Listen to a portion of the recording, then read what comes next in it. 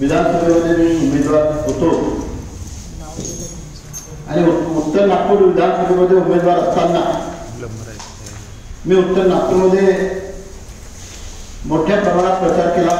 लोकांपर्यंत मी घरोघरी पोहोचलो आणि घरोघरी पोहोचत असताना लोकांचा प्रचंड प्रतिसाद मला मिळाला।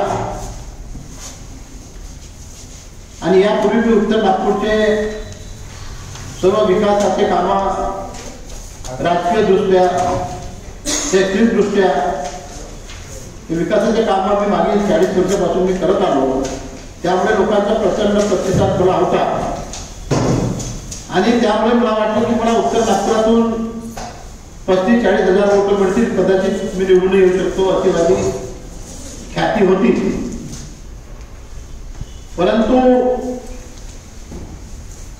जेव्हा मतदान झालं त्या मतदानाच्या वेळात मला जे अपेक्षित वोट मिळायला पाहिजे होते ते मला अपेक्षित वोट म्हणण्यापेक्षा मला 0 वोट मिळाले। आणि हा संपूर्ण महाराष्ट्रात झालेला घोर अन्याय, ईव्हीएमचा अन्याय हा आम्ही सहन करणार नाही। त्याकरिता मी जिल्हाधिकारी कार्यालय, निवडणूक आयुक्त यांना सर्वांना पत्र दिले आणि पत्र दिल्यानंतर मला असं वाटतं की आपण प्रेस समोर सुद्धा गेलं पाहिजे, कारण माझ्यावर झालेला अन्याय हा फार मोठा अन्याय आहे। आणि असाच अन्याय माझ्यावरती झाला तरी असा संपूर्ण देशामध्ये जे चित्र आपण पाहतो ते चित्र ईव्हीएम मुळे फार घोटाळेबाज चित्र आहे। आणि ईव्हीएम मुळे ह्या राज्यामध्ये मोठ्या मोठ्या पक्षाची हवा खराब झाली आणि त्यामुळे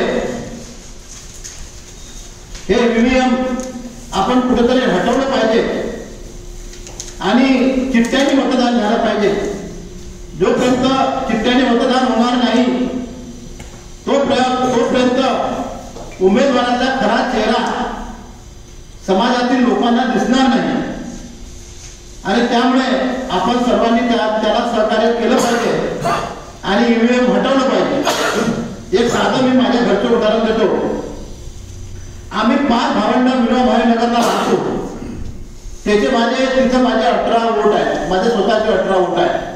292 बूथ क्रमांक, प्रभाग क्रमांक 3। परंतु तिथं मला फक्त 2 वोट मिळाले।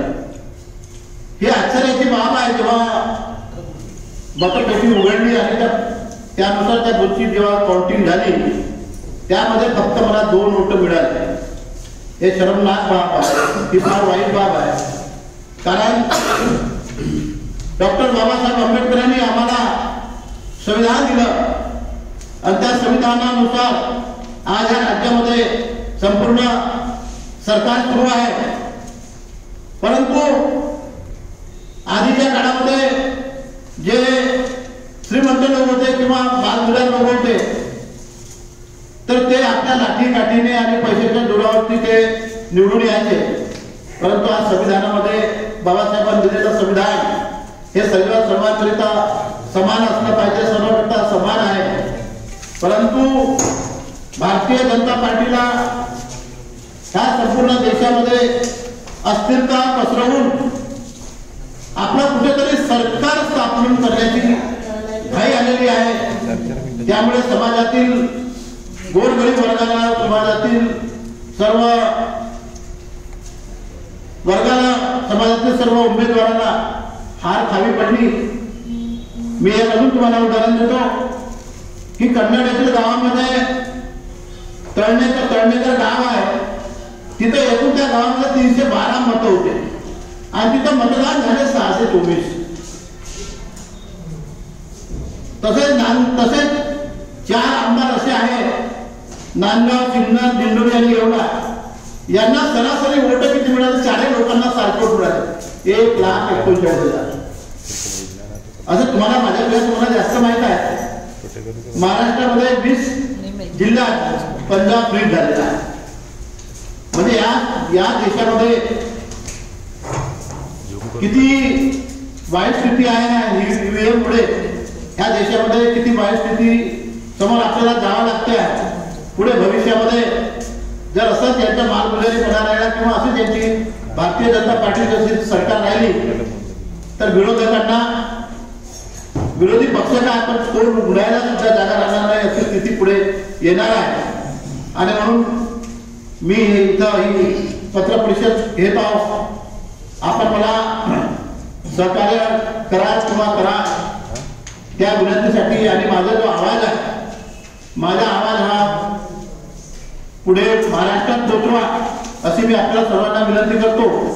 कारण यापूर्वी मला अनेक लोक माझ्यावर दबाव आणण्याचा प्रयत्न केला. मला विधानसभेत उभं राहू नये असे माझ्यावरती अनेक प्रयोग झाले. परंतु मी बाबासाहेबांचा डॉक्टर बाबासाहेब आंबेडकरांचा कट्टर अनुयायी असल्यामुळे, मी एक भीम सैनिक असल्यामुळे मी त्यांच्या कुठल्याही प्रलोभनाला न जाता मी अध्यक्ष म्हणून या उत्तर नागपूरमध्ये उभा होतो. परंतु माझी शर्मनाक हार झाली त्याबद्दल आम्हाला सुद्धा वाईट वाटते. आणि हा आवाज आपण कुठेतरी उठवला पाहिजे. मी उठवतो. परंतु पत्रकारांना माझी विनंती आहे की ईव्हीएम द्वारे जो झालेला अन्याय हा खोडून टाकण्यासाठी आपण सर्वांनी मला प्रयत्न करावे आणि सर्वांनी ईव्हीएमच्या विरोधामध्ये आवाज उठवावा. आणि